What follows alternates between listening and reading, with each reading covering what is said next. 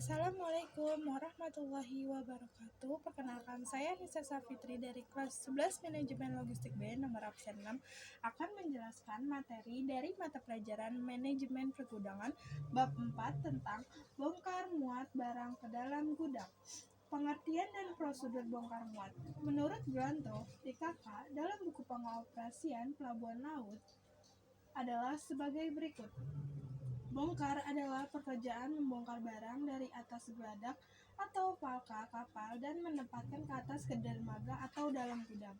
Muat adalah pekerjaan memuat barang dari atas dermaga atau dalam gudang untuk dapat dimuati di dalam gudang.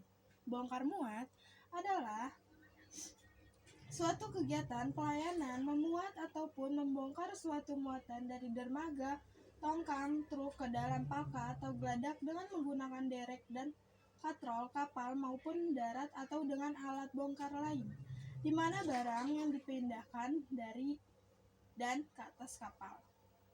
Kedua, menurut Istopo, dalam buku Kapal dan Muatannya, bongkar muat adalah penempatan atau pemindahan muatan dari darat ke atas kapal atau sebaliknya, memindahkan muatan dari atas kapal ke pelabuhan tujuan.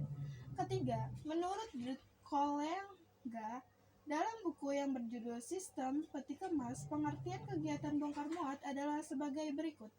Kegiatan bongkar muat adalah kegiatan memindahkan barang-barang dari alat angkut darat, dan untuk melaksanakan kegiatan pemindahan muatan tersebut dibutuhkan tersedianya fasilitas atau peralatan yang memadai dalam suatu cara atau prosedur pelayanan. Berdasarkan pengertian yang telah diuraikan di atas, bongkar muat adalah suatu proses memuat dan membongkar dengan cara memindahkan muatan dari darat ke kapal atau dari kapal ke darat yang dibawa atau diangkut ke tempat tujuan dengan aman dari tempat yang dilakukan sesuai prosedur di pelabuhan oleh para kru kapal dan pihak darat dengan alat bongkar muat yang ada, baik itu dari kapal sendiri ataupun dari darat. Keempat, menurut RP Suyono 2017, prosedur bongkar muat dimulai dari mempersiapkan dokumen bongkar muat, yaitu pertama, dokumen muat barang, bill of lading, disebut juga consignment. Bagi pengangkut merupakan kontrak pengangkutan sekaligus sebagai bukti tanda terima. Kedua, cargo list adalah daftar semua muatan yang akan dimuat dalam kapal. Cargo list dibuat oleh perusahaan pelayaran atau agennya yang diserahkan kepada semua pihak yang terkait dengan pemuatan, yaitu barang, stevedoring, gudang, dan pihak-pihak lain. 3. Tali muat, yaitu semua barang yang dimuat ke dalam kapal dicatat dalam keadaan tally set. Tally set juga dibuat untuk mencatat semua barang yang dibongkar.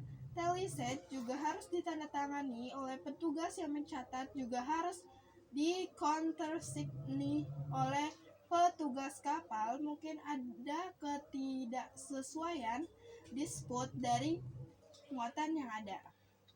4. Materi receipt adalah tanda terima yang akan dimuat ke dalam kapal. Materi receipt dibuat oleh agen pelayaran dan ditandatangani oleh mualim kapal. 5. Stockweight plan adalah gambaran tata letak dan susunan semua barang yang dimuat ke dalam kapal. Untuk peti kemas, stockweight plan disebut biplane. Stockweight plan dibuat oleh petugas kapal atau petugas tali, sedangkan biplane dibuat oleh ship planner. Dokumen yang kedua adalah dokumen bongkar muat. Pertama, tali bongkar adalah catatan jumlah koli dan kondisinya terhadap barang yang dibongkar. Tali sheet harus dikontersigni oleh nakoda atau mualim yang berwenang. Kedua, outloom report adalah daftar dari semua barang dengan mencatat koli dan kondisinya barang itu pada waktu bongkar, yang kurang jumlahnya atau rusak diberi tanda remaru pada outloom report.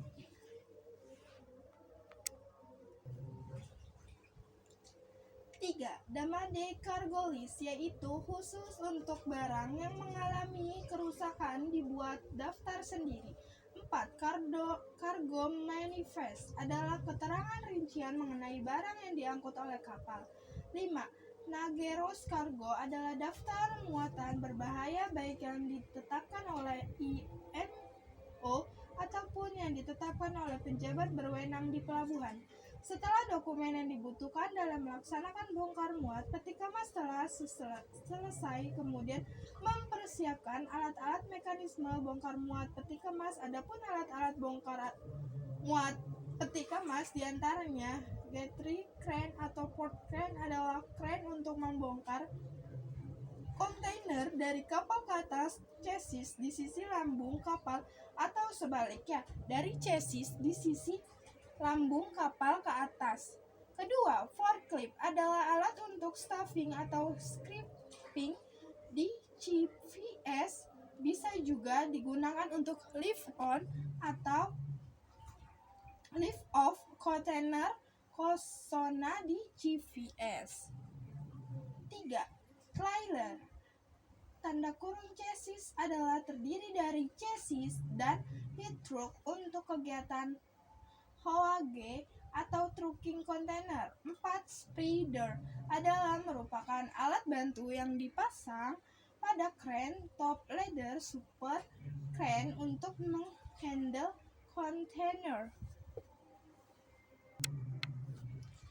5. Menurut B. Santoso, dalam bukunya, gerakan-gerakan kontainer adalah sebagai berikut.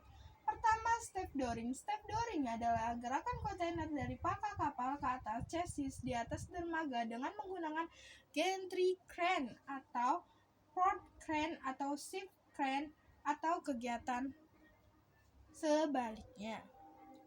Kedua, haulage adalah kegiatan kontainer dari lambung kapal ke CI atau ke chassis freight station CPS dengan menggunakan chassis truck, trailer atau kegiatan sebaliknya.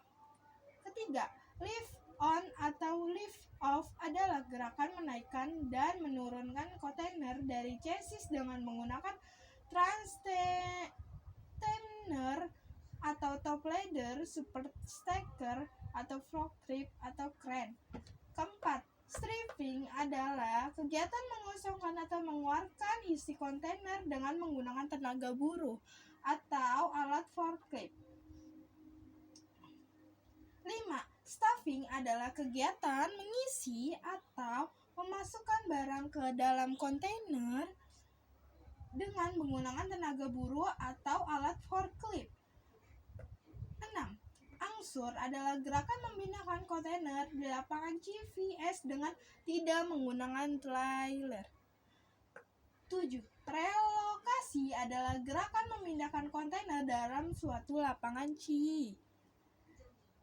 8. Lacing adalah merupakan bagian dari kegiatan stevedoring, dikerjakan setelah semua kontainer dibuat di atas kapal agar kedudukan satu dengan yang lainnya tidak bergerak, maka harus di-lacing. Sekian dari saya. Wassalamualaikum warahmatullahi wabarakatuh.